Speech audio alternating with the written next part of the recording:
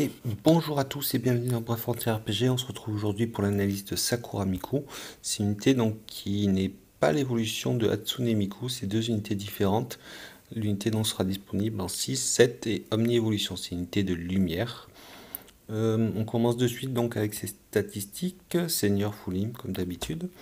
Donc elle a 9390 points de vie, 3490 d'attaque, 3335 de def, 3370 de rec, 16 hits pour un drop-check de 3, ce qui fait 48 CC maximum. Elle a un coup de 47, les types anima, supérieur donc à briseur, gardien et seigneur au même niveau, et supérieur bien sûr à oracle tout en dernier. Son leader skill, je ferai un débrief donc à la fin de tout ça. Son leader skill va booster les PV et l'attaque de 50%, booster le taux de coup critique de 30%, réduire les dégâts des types ténèbres de 15%, booster les dégâts critiques de 150% et annuler les altérations d'état. Son extra skill, il va ajouter un boost du taux de coup critique de 60% à son bébé SBB. Il va avoir 65% de chance de remplir sa jauge bébé de 3 à 5 CC lors de dégâts subis. Son Brave Burst, donc il va frapper à 370%, il va coûter 26 CC et va en générer 34.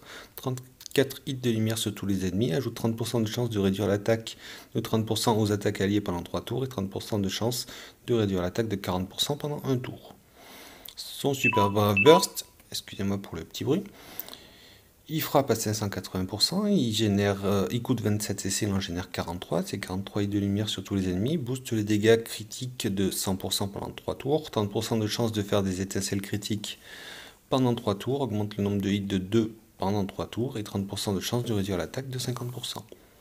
Son Ultimate Breath Burst, donc il frappe à 1500% en AOE et à 1200% sur une seule unité. Il coûte 30 CC, il en génère donc 2 fois 45 il me semble, mais j'en suis pas sûr de ça. C'est un hit de lumière sur tous les ennemis, un hit de lumière sur une seule unité, donc ça fait 2 hits. Booste les dégâts critiques de 300% pendant 3 tours, ajoute les dégâts étincelles critiques pendant 3 tours et réduit l'attaque de 80% pendant 3 tours. Pour ce qui est des SP, elle va pour 10 SP pouvoir avoir un boost d'attaque et de règle de 20%, pour 10 autres SP un boost de def et de points de vie de 20%, donc les deux mêmes. Pour 30 SP, elle va avoir 20% de chance que les hits normaux frappent en AOE avec une pénalité quand même de 50% au niveau des dégâts. Pour 30 SP, elle va pouvoir annuler les dégâts élémentaires. Pour 50 SP, elle va pouvoir ajouter une restauration de PV hors de dégâts subis au bébé SBB. Pour 40 SP, elle va pouvoir améliorer 200% le boost dégâts critiques du leader skill. Alors je pense que c'est ça, j'en suis pas sûr. Par contre, j'ai un peu de mal à la traduction de ça.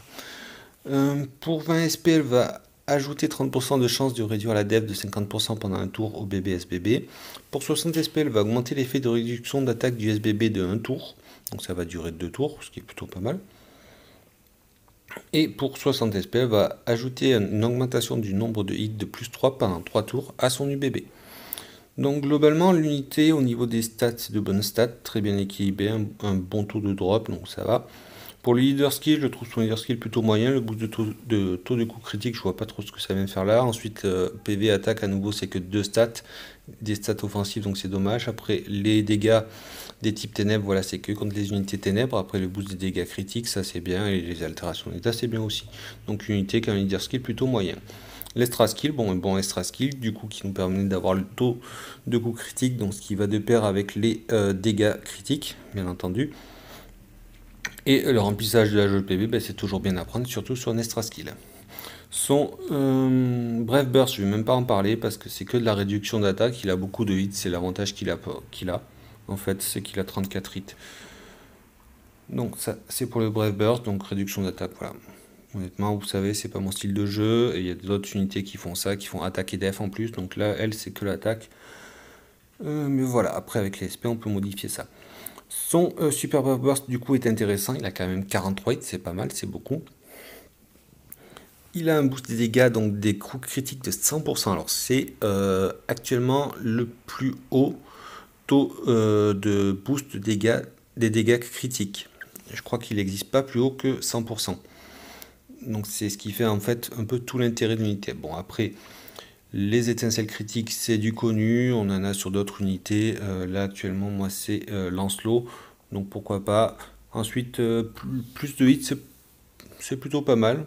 Ça peut faire d'elle un leader au couteau Noken qui en plus va frapper. Ouais, ça peut être intéressant. Après, honnêtement, je pense que l'omni-évolution de Arc, qui devra arriver bientôt, est largement plus intéressante pour faire du Hokuto no Ken. La réduction bon, de l'attaque, c'est un petit côté défensif du coup, vu qu'elle réduit l'attaque, on se prend moins de dégâts. Son UBB est plutôt bon, hein, 2 hits qui frappent fort, plus de dégâts critiques, les étincelles critiques, la réduction de l'attaque, donc voilà, c'est un peu équivalent. Donc je trouve ça plutôt moyen pour une chose, parce qu'en fait les dégâts critiques, souvent quand on fait des trials et les gros boss en fait, les dégâts critiques ça marche pas, donc c'est pour ça que je trouve ça plutôt moyen.